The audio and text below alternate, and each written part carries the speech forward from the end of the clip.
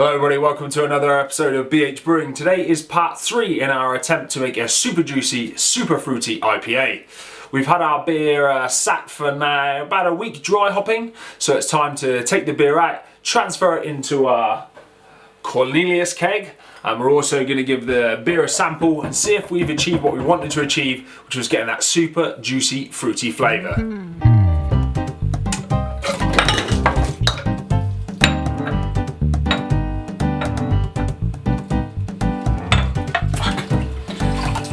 Okay, so here we go.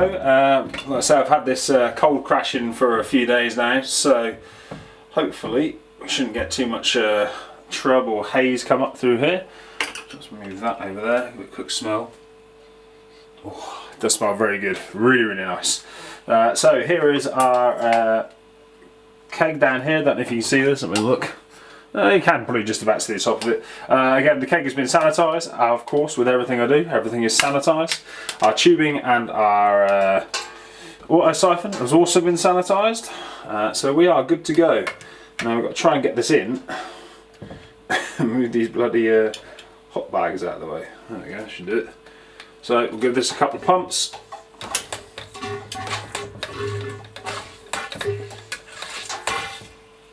And away we go. We are pumping our beer.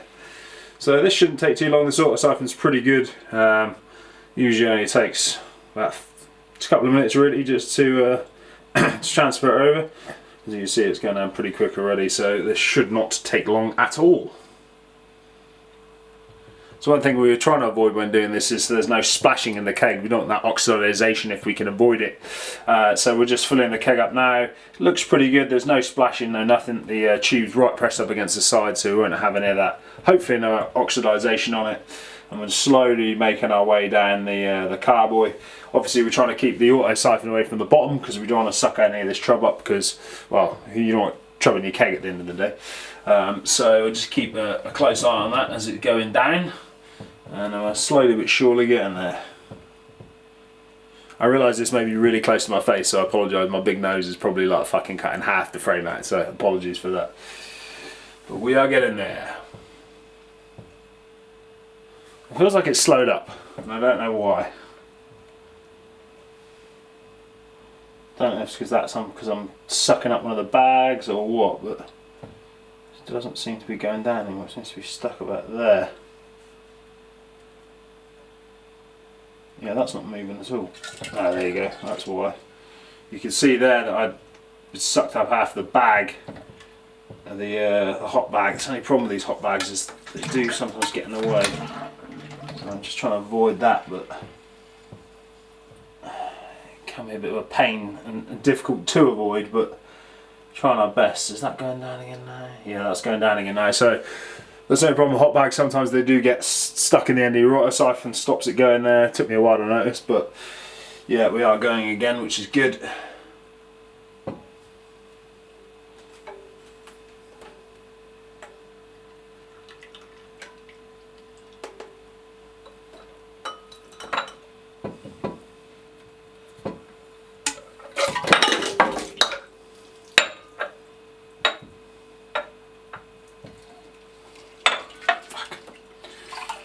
As you can see there, I had a bit of a disaster. I was trying to fill up a glass, have a bit of a sample and get my final gravity reading, and yeah, I made a bit of a fucking mess there. Alright, we'll stop there just so I can clean up this absolute fucking mess I've made. Jeez. What am I doing with my life? Okay, so we've transferred the majority of the beer, as you can see, out of the carboy up into our Cornelius keg here. Pretty full that, so I'm pretty happy with that. Apart from the obvious fuck up I made when trying to take a sample for a glass. That's what the glass ended up looking like. Yeah, not exactly appealing at the moment, is it? Maybe I think I'll leave that to cold crash in the fridge for a couple of days and then the sample may be drinkable. But at the moment that's just, well, as you can see, it's majority trub and some specks in there. It's a very bright orange colour as well, so yeah, I'll leave that for a while before sampling that. But the beer, majority of the beer's gone in there now, so I'm happy with that. Like I said, I've gone down quite far on this. For me, I always leave, you know, enough room. I think the trub's kind of here, but you can see as I just move it there, it does move about a bit, even with a little bit of movement. So those hot bags and when trying to water siphon, these things can happen. So I think leaving it, that bottom layer in there like that is probably the best policy. Then I'm not going to end up with too much in the bottom of my keg. And like I said, as you can see, it's pretty full anyway. We're almost up to the top there in the keg. So all I need to do now is to slap the top on this bad boy and put it in the kegerator and feed some CO2 into it. Okay, so we're happy with our keg. All we're left to do now is just to put the seal on the top. Again, obvious thing, been sat in sanitized solution. Now, as you can see, probably in the left of the shot here, I've got my other keg. Just got a little bit of beer left in it from my previous one, but not a whole lot. Now, when I tend to carbonate my beers through the CO2 tank, what I tend to do is I hook them up and I'll leave them about 20 psi for probably around 4 to 5 days. That tends to do me quite well. I don't do none of this shaking business, and I'm also far too impatient to set it at 12 psi and leave it for a couple of weeks. Just, I don't have time for that. I've brewed this beer long enough, I want to drink it. So I'm quite impatient when it comes to that. So because of that, the only downside is it means I have to take this keg out and unhook it from the CO2. Simply otherwise this would end up overcarbonated if I'm sticking it at 20 psi. So that's that covered. So what I'm going to do now is hook up my CO2 line for this one. So I'm going to use this. Make sure I've got the right one. Yeah, one with the notches. Always handy to make sure you've got the right hookup going. Let's put that onto there, securely on. Now, set this to around 20 psi. Actually, that's what I'm going to do first. Before I do that, I'm going to shift it in, put it into the fridge. I'm not going to do it when it's done. It's a case of moving these out of the way. The beer lines and the other gas line.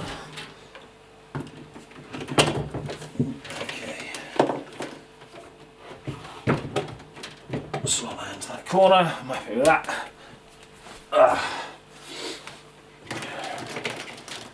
What as well, while I'm here, put this back in there and keep it cold. And then when I do want to hook up the CO2 again, it's nice and chilly. So let's put that in. Try to avoid squeezing these lines if I can.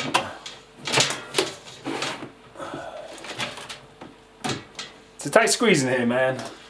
It's a tight squeeze. Right.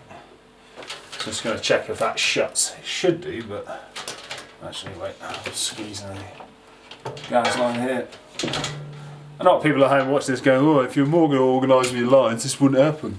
Yeah, I know, but I'll get to it eventually. So let me just want to see if this shuts before I go any further. Get that gas line out of the way. Get in there, you. Right, is that shut? Yeah, perfect. Okay.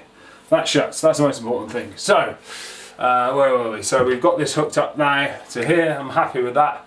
It is going to be this line coming off of here, which is line number 1 on my manifold. So I'm going to just set this CO2 to 20 psi.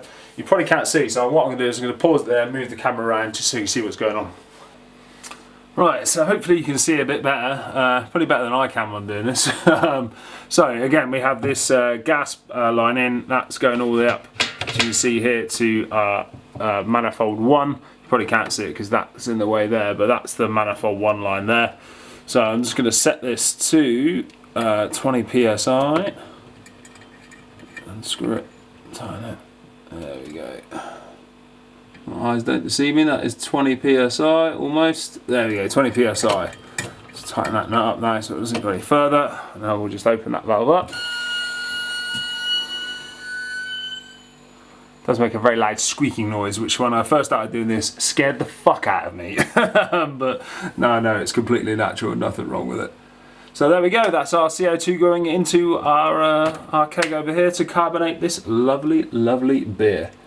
No leaks, nothing going on there, so that's fine. What I'll do is I'll just gas this off.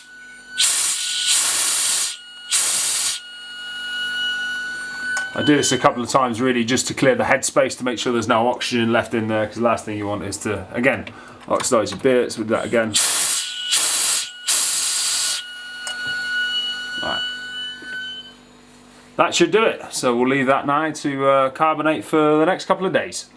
Okay, so we've had our beer sat in the kegerator for about 7 days. We first carbonated that up at 20 psi for about 48 hours, so 2 days. And then we've left it at serving pressure, which is about 12 psi for the next 5 days. So today we're going to have a taste on it, a sample, see if it's going to be as juicy and as fruity as we've hoped for. And we'll see what it's like. Okay, so here we have it. This is the new beer I've brewed, the Juicy Fruity IPA, straight out of the old kegerator. So we'll give it a sniff, see what the nose is like first of all.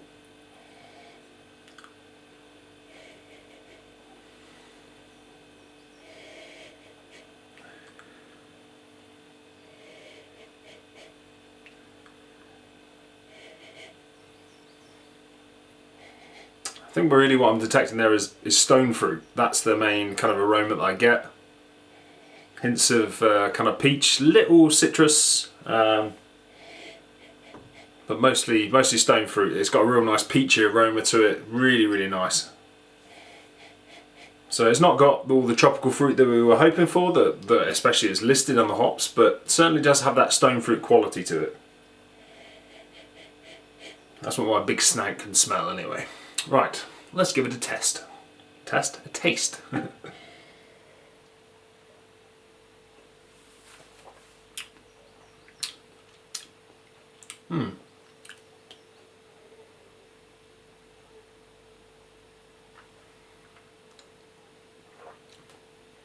First of all, the thing to say about it is it's quite delicate.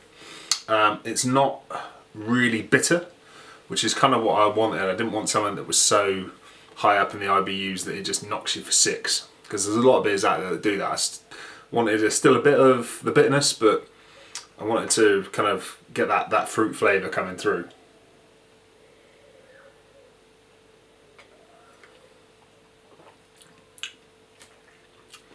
Yeah, you can definitely taste that peachy note to it. The aroma is of the stone fruit, but what the real flavour you get is peach.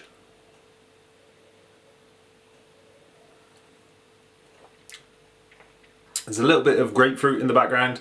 Like I say, it's not too bitter, so it's not that, you know, kind of marauding grapefruit that you get with a lot of beers. I'm thinking Elvis Juice by Brewdog is a prime example of that, where it's just boom, grapefruit in your face. But it is that kind of that kind of little taste that's there. You can taste the bitterness, tastes more of that grapefruit than it does just bitterness, if that makes any sense. Probably not.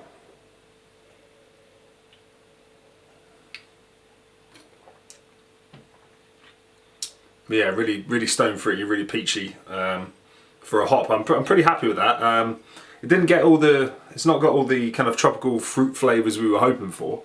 That may be to do with the amount of hops I put in. I may have put more of one hop than another when I maybe should have done it the other way around. But no, I'm pretty happy with that.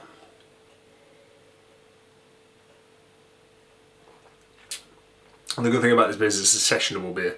So it's, you know, it's a 3% beer, so you can smash these all day long and not end up pissed, which is a great thing.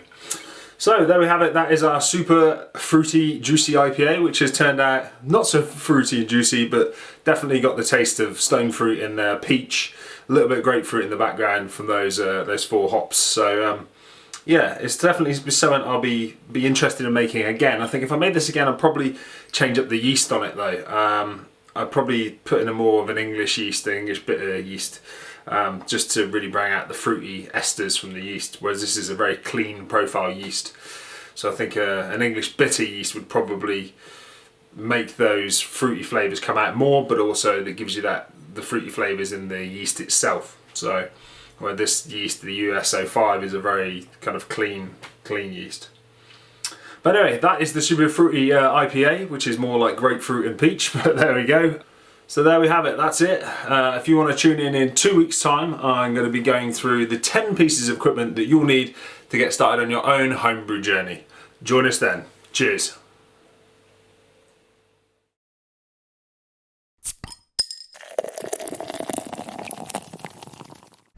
terapia.